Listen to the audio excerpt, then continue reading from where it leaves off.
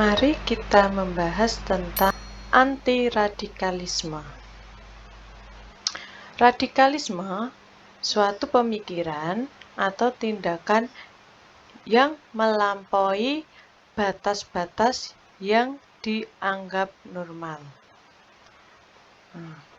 Umumnya terkait dengan keinginan perubahan sosial atau politik yang drastis.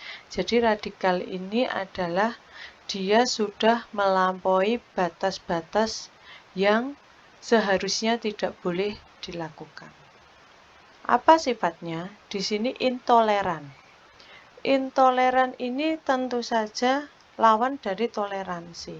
Mereka artinya tidak mau menghargai. Kemudian di sini ada fanatik. Tentu saja fanatik di sini adalah mereka mengagung-agungkan kepercayaan yang mereka yakini sendiri. Kemudian eksklusif. Eksklusif di sini mereka inginnya adalah terpandang. Kemudian ada lagi di sini ekstremisme. Itu adalah penekanan pada ideologi tertentu dengan mengecualikan perspektif lain, cenderung menuju tindakan ekstrim.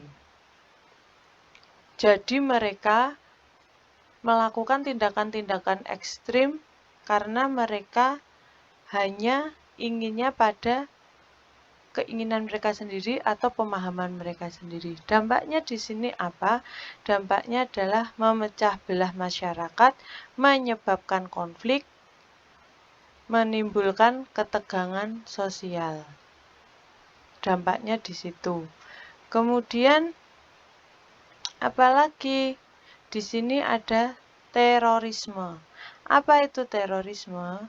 Terorisme di sini adalah penggunaan kekerasan atau ancaman kekerasan untuk mencapai tujuan politik, agama, atau ideologi tertentu. Jadi sudah sering kita dengar bahwa terorisme itu biasanya mereka menggunakan kekerasan atau ancaman. Apa yang ditimbulkan dari terorisme? Di mana-mana akan timbul rasa takut. Karena apa? Mereka takut diserang, kerugian. Bila ada terorisme, maka pasti akan terjadi kerusakan-kerusakan yang menimbulkan kerugian. Kerusakan psikologis, karena takut, khawatir, maka adanya itu hidup tidak tenang. Kemudian apa? Mengancam keamanan masyarakat. Next, pendidikan anti-terorisme dan radikalisme. Apa saja pendidikannya? Yang pertama adalah menanamkan masyarakat tentang bahaya terorisme. Nah, di sini kita harus menanamkan apa sih bahayanya terorisme, bagaimana cara mencegahnya. Di sini kita ada penyuluhan, kemudian ada pemahaman nilai-nilai toleransi, ada pembelajaran interaktif, ada diskusi kelompok, seperti itu. Kemudian ada lagi strategi pendidikan anti-terorisme dan radikalisme. Di sini adanya mengajarkan keberagaman, kemudian menghormati perbedaan, membangun pemahaman tentang pluralisme. Nah, di sini melalui apa? Melalui pemberdayaan masyarakat. Jadi untuk ini, anti-terorisme dan anti-radikalisme, kita harus memberdayakan masyarakat sehingga masyarakat itu paham, sehingga pemikiran-pemikiran yang radikal mereka hilangkan. Kemudian adanya kolaborasi. Jadi di sini keterlibatan bersama berbagai pihak seperti pemerintah, lembaga pendidikan, komunitas agama, dan masyarakat sipil. Jadi bukan hanya dari pemerintah saja untuk memberantas radikalisme maupun terorisme, tetapi adalah tugas bersama masyarakat. Kemudian komunikasi terbuka, membangun jaringan yang kuat untuk mendeteksi dan mencegah penyebaran ideologi radikal dan ekstrim. Di sini jadi kita harus terus berkomunikasi dengan pihak-pihak dari bawah sampai atas. Jadi kita tahu dari bawah itu sudah terdeteksi bahwa akan adanya terorisme atau radikalisme, kita akan tahu. Kemudian yang keempat, mengajarkan nilai-nilai kritis. Apa? Kita harus mendorong seseorang itu memiliki keterampilan berpikir kritis. Dengan berpikir kritis, maka orang itu mengetahui, oh ini baik, ini benar. Apa tujuan mereka? Jadi mereka tidak hanya menerima mentahnya saja ketika diberi informasi yang ternyata informasinya itu membuat mereka mengikuti jalan yang tidak benar. Kemudian evaluasi informasi dan kemampuan untuk mengidentifikasi propaganda atau manipulasi informasi. Jadi seperti penyebaran hoax dan seterusnya. Jadi mereka bisa berpikir kritis mana yang benar dan mana yang salah dan apa sih tujuannya sebenarnya informasi tersebut. Apakah tujuannya itu menghancurkan negara atau untuk kepentingan sendiri atau memang untuk kebaikan negara.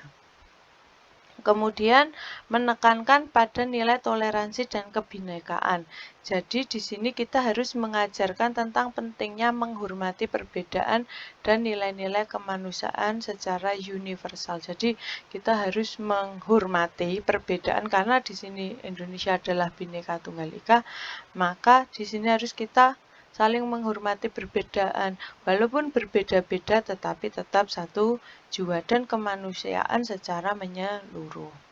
Penghargaan terhadap kebinekaan yaitu memperkuat rasa identitas nasional yang inklusif dan menekankan pada pentingnya keberagaman. Jadi keberagaman di sini bukan untuk menghancurkan negara, tetapi keberagaman adalah salah satu warisan kekayaan budaya Indonesia yang memiliki beraneka ragam budaya. Kemudian menggalakkan peran individu dalam pencegahan. Di sini peran individu yaitu mengajak setiap individu untuk bertanggung jawab dalam mencegah penyebaran radikalisme dan terorisme dengan melaporkan aktivitas yang mencurigakan. Jadi di sini setiap individu itu juga ditugaskan agar dalam penyebaran terorisme dan radikalisme individu atau masyarakat secara pribadi melaporkan aktivitas yang mencurigakan yang tentu saja nanti menghancurkan Indonesia atau bangsa dan negara atau meresahkan masyarakat sekitar. Itu saja. Terima kasih atas perhatiannya. Di suatu kota yang ramai, beredar kabar tentang serangan monster raksasa yang akan menyerang wilayah tersebut. Kabar ini menyebar dengan cepat melalui media sosial dan pesan berantai, menimbulkan kepanikan di antara penduduk. Rumor tentang monster itu berkembang begitu masif, sehingga banyak orang yang menjadi khawatir dan takut. Beberapa orang bahkan mulai menyebarkan informasi palsu tentang cara-cara untuk menghadapi monster itu, menciptakan kebingungan dan ketakutan di kalangan masyarakat. Namun, ketika berita ini sampai kepada pihak berwenang dan media yang terpercaya, ternyata itu hanyalah hoax belaka. Tidak ada monster yang akan menyerang kota tersebut. Itu hanya cerita palsu yang disebar tanpa verifikasi yang akurat. Bagaimana upaya-upaya tersebut membantu mengurangi kepanikan dan ketakutan yang telah dihasilkan oleh berita palsu itu. Oke, kita melihat dulu. Di sini ada beredar kabar tentang serangan monster raksasa yang akan menyerang. Di sini serangan ya, sudah masuk kategori terorisme. Nah, menyerang. Kemudian menimbulkan kepanikan. Nah, ini adalah dampak. Dampaknya panik. Nah, kemudian ada juga yang orang mulai menyebarkan informasi palsu atau yang disebut hoax, nah, palsu. Kemudian timbullah ketakutan, bingung. Masyarakat itu bingung dan takut.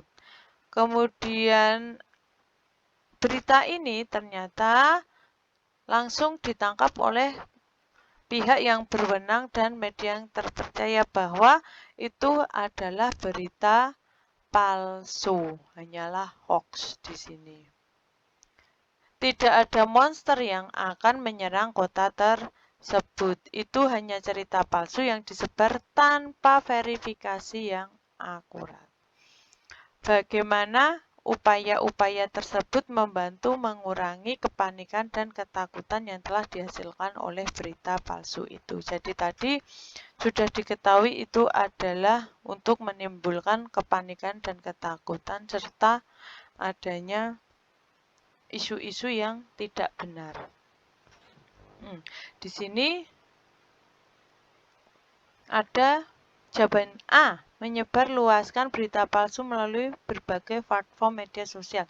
Jadi ini kita malah menambahi ikut menyebarkan berita palsu.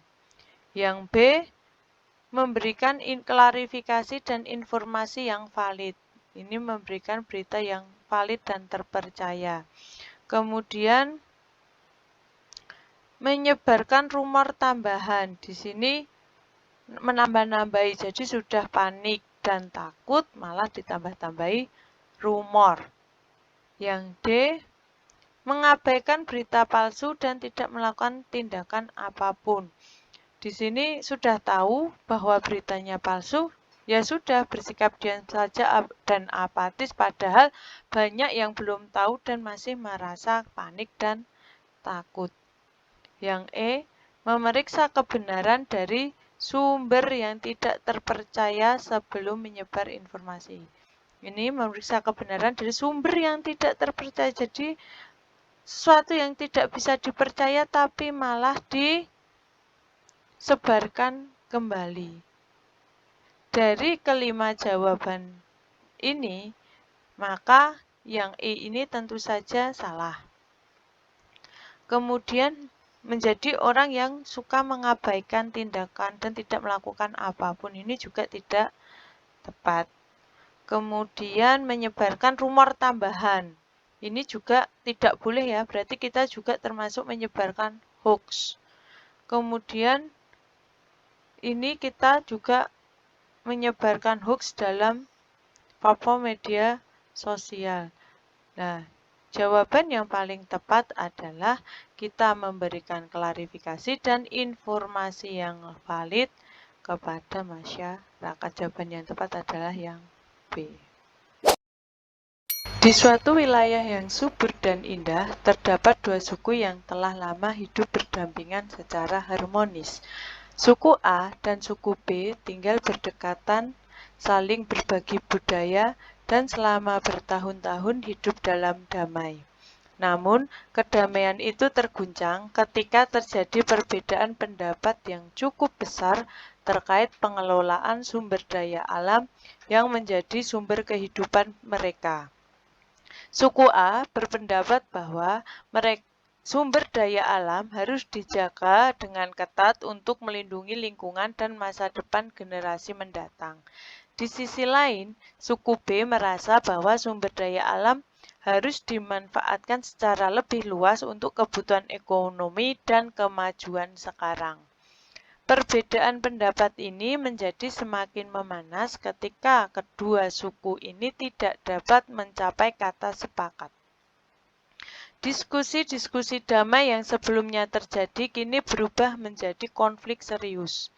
Rasa frustasi dan kekecewaan muncul di antara anggota kedua suku tersebut. Situasi semakin memburuk ketika kelompok-kelompok kecil dari masing-masing suku mulai menggunakan kekerasan sebagai cara untuk menunjukkan ketidaksenangan mereka. Awalnya, ini hanyalah bentuk-bentuk protes kecil, namun seiring waktu, konflik tersebut merambat menjadi kekerasan yang lebih besar. Pada suatu hari, konflik mencapai titik puncaknya. Pertikaian fisik terjadi di antara anggota kedua suku yang sebelumnya hidup berdampingan secara damai. Bangunan rusak, orang terluka, dan rasa takut merajalela di antara mereka. Pemimpin dari kedua suku berusaha keras untuk meredakan situasi, tetapi keadaan sudah terlanjur memanas. Pemerintah setempat juga berupaya untuk menengahi, tetapi kecurigaan dan dendam yang telah tumbuh di antara kedua suku membuat proses mediasi menjadi sulit dilakukan. Untuk menyelesaikan konflik antar suku yang terjadi, langkah apa yang sebaiknya diambil? Oke, kita akan membahas di sini. Kita sudah tahu bahwa mereka telah lama hidup berdampingan secara harmonis. Tetapi apa? Karena ada konflik, maka terjadi perbedaan pendapat. Nah, di sini mereka menjadi terpecah. Perbedaan pendapat ini semakin memanas ketika kedua suku ini tidak dapat mencapai kata sepakat. Nah, kemudian dan berubah menjadi konflik yang lebih serius. Nah, di sini ada kekerasan juga, radikal ya di sini. Padahal kita seharusnya anti radikal, tapi ini ada kekerasan. Awalnya diawali dari bentuk protes kecil, namun seiring waktu konflik tersebut merambat menjadi kekerasan yang lebih besar. Jadi ini sudah menjadi isu tentang radikalisme. Pertikaian fisik, nah ini sudah mulai menggunakan fisik. Pertikaian fisik dan mengakibatkan bangunan rusak, orang terluka, rasa takut. Ini psikologisnya juga kena. Jadi menimbulkan kerugian material maupun psikologi ya. Pemimpin dari kedua suku sudah berusaha keras untuk meredakan situasi. Ya, ini ada sebuah upaya-upaya untuk meredakan situasi, tetapi karena sudah terlanjur memanas, maka sulit. Nah, pemerintah juga berupaya untuk menengahi, tetapi timbul kecurigaan dan dendam yang telah tumbuh di antara kedua suku. Di sini pemerintah pun sudah turun tangan. Nah, proses mediasi sulit untuk dilakukan. Nah, pertanyaannya, untuk menyelesaikan konflik antar suku yang terjadi, langkah apa yang sebaiknya diambil? Yang A, melakukan pemisahan wilayah agar kedua suku tidak lagi berdekatan. Oke, kita simpan dulu. Yang B, meningkatkan persenjataan untuk menjamin keamanan suku masing-masing. Oke, kita simpan dulu. Yang C, mengadakan dialog dan mediasi antar perwakilan dari kedua suku. Yang D, menyuarakan propaganda untuk memperkuat pandangan suku masing-masing. Yang E, memperbesar kelompok-kelompok yang memusuhi suku lawan untuk menunjukkan kekuatan. Di sini kita lihat melakukan pemisahan wilayah agar kedua suku tidak lagi berdekatan. Tentu saja di sini kurang tepat ya. Salah karena apa? Separatis atau pemisahan. Nah, tentu saja mereka tidak mau lah siapa yang disuruh untuk pergi. Tentu saja tidak ada yang mau. Kemudian meningkatkan persenjataan. Nah, meningkatkan persenjataan. Berarti di sini juga salah karena apa? Walaupun untuk keamanan suku-suku. Ketika terjadi gencatan senjata, maka keadaan jadi lebih berbahaya. Ini tidak. Kemudian yang C ini mengadakan dialog dan mediasi antara perwakilan dari kedua suku. Jadi ini tadi kan yang di sini kan hanya secara ini. Jadi di sini ada dialog dan mediasi. Ya. perwakilan. Jadi ada perwakilan dari kedua suku. Ya, kita simpan ya. Menyuarakan propaganda lah. Ini malah propaganda.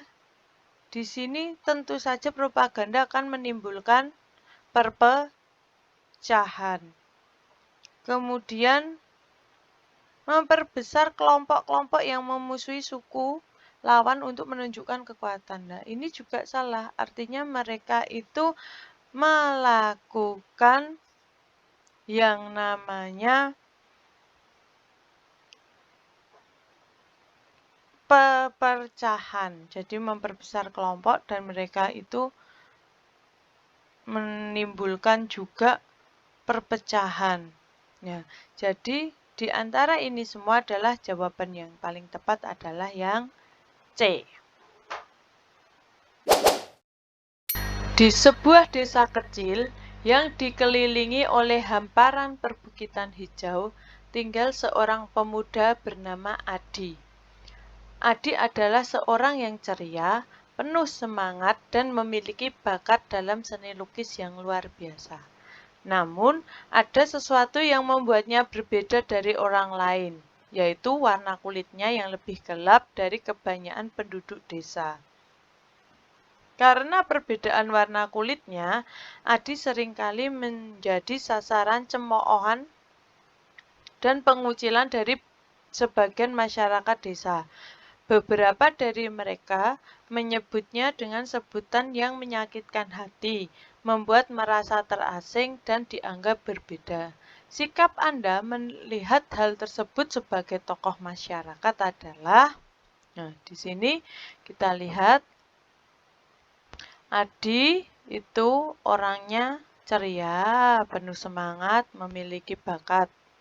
Namun, dia memiliki warna kulit yang lebih gelap dari kebanyakan penduduk desa. Karena perbedaan warna kulit, nah di sini, dia menjadi sasaran cemoohan dan pengucilan dari sebagian masyarakat desa. Jadi dia dicemooh dan dikucilkan. Mereka menyebutnya dengan sebutan yang menyakitkan hati, membuatnya merasa terasing dan dianggap berbeda. Di sini. Jadi di sini dia itu dikucilkan. Sikap Anda sebagai tokoh masyarakat adalah A. Menunjukkan kepedulian dan kehangatan terhadap Adi, membantu menciptakan lingkungan yang inklusif serta berbicara dengan masyarakat untuk mengatasi prasangka dan menghormati keberagaman. Ini kita simpan dulu. Yang kedua, menjauhi Adi karena nanti ikut dicemooh oleh warga sekitar. Jadi karena Anda kepala desa, maka Anda juga akan menjauhi karena Anda mencari massa supaya Anda sebagai tokoh masyarakat tetap disenangi. Kemudian yang C, membiarkan hal tersebut karena ada masalah yang lebih penting untuk diatasi daripada hanya urusan seperti itu. Jadi menurut kalian itu adalah bukan masalah. Nah, padahal untuk perbedaan atau yang menunjukkan kalau itu adalah akan menimbulkan perpecahan. Nah, tapi ada yang menganggap masalah ini remeh. Padahal dia itu sakit hati ya. Ini tadi soalnya.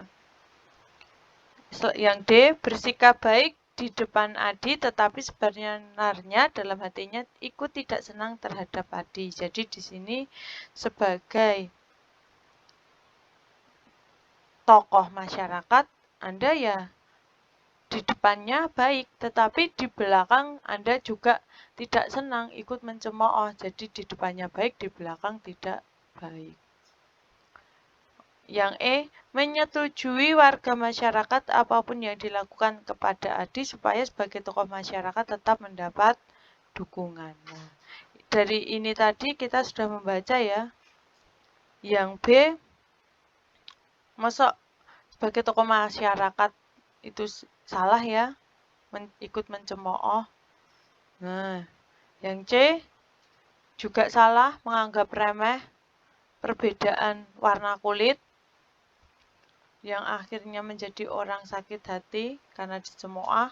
Kemudian berpura-pura baik juga tidak, menyetujui masyarakat ini juga tidak benar, walaupun kebanyakan tidak suka, tapi kita tidak boleh untuk memberikan dukungan kepada yang tidak baik. Jadi jawaban yang paling tepat adalah yang A.